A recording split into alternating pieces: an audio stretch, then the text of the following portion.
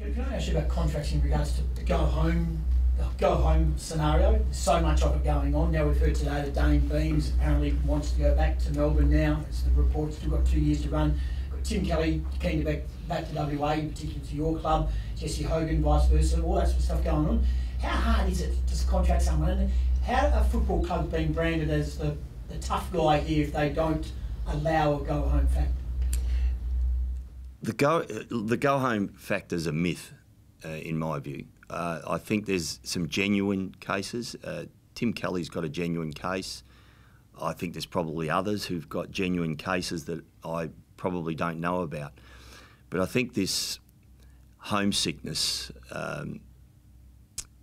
stuff is rubbish. I mean, young players out of home and they need to adapt. I mean, if you're in the workforce and you have to move states for work, people do it on a regular basis and they adapt to their state. They may not like it as much as they like being home, but to say it's just a go-home factor for homesickness, I think is rubbish.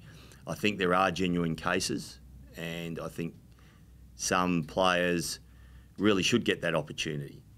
But in general terms, most players are going to shift clubs for other reasons other than just homesickness, and I think that's an overused reason why players want to move. So can you give me why is Tim Kelly different then? Well, Tim Kelly has a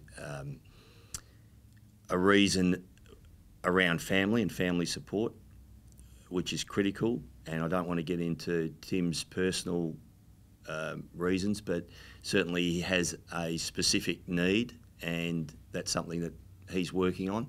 So I think he has a fair case, and I know Geelong are very supportive of that, but they also understand that they have a really good footballer, and he likes playing in Geelong.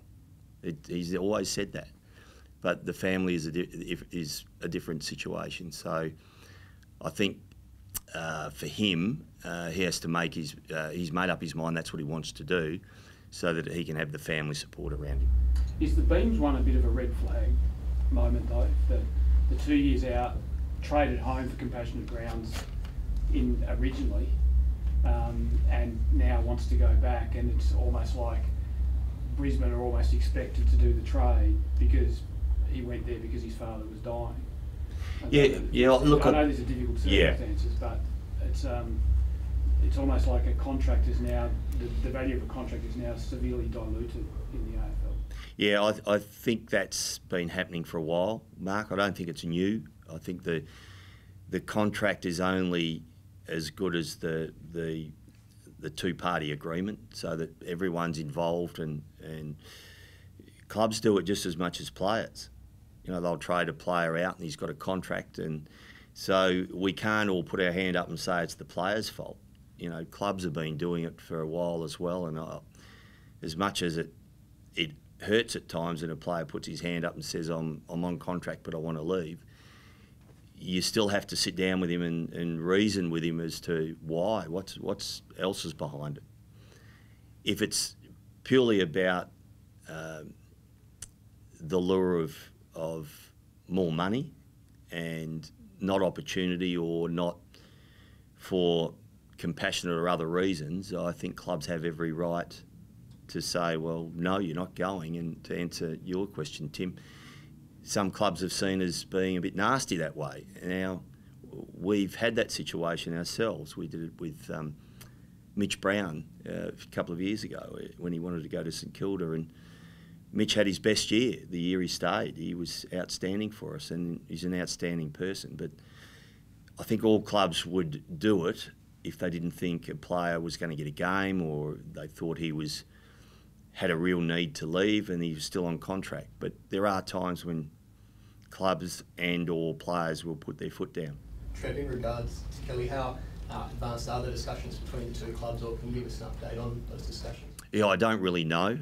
I'm out of the loop a bit on where Brady is with the list management side of things, but he and Stephen Wells have been in constant contact on a regular basis, so I assume that they're either making progress or it's at a bit of a stalemate because we can't satisfy Geelong at the moment, as I understood yesterday. A replacement for Sam Mitchell, any closer? Not yet. It won't be far off though, because Craig Vozzo's been doing a lot of work there. Just with Tim Kelly, so as it stands, you sort of feel like it's a stalemate, it's unlikely to get done this year? I don't know. That's how it was yesterday. Geelong had rejected our offer, so there's a bit of work to be done yet.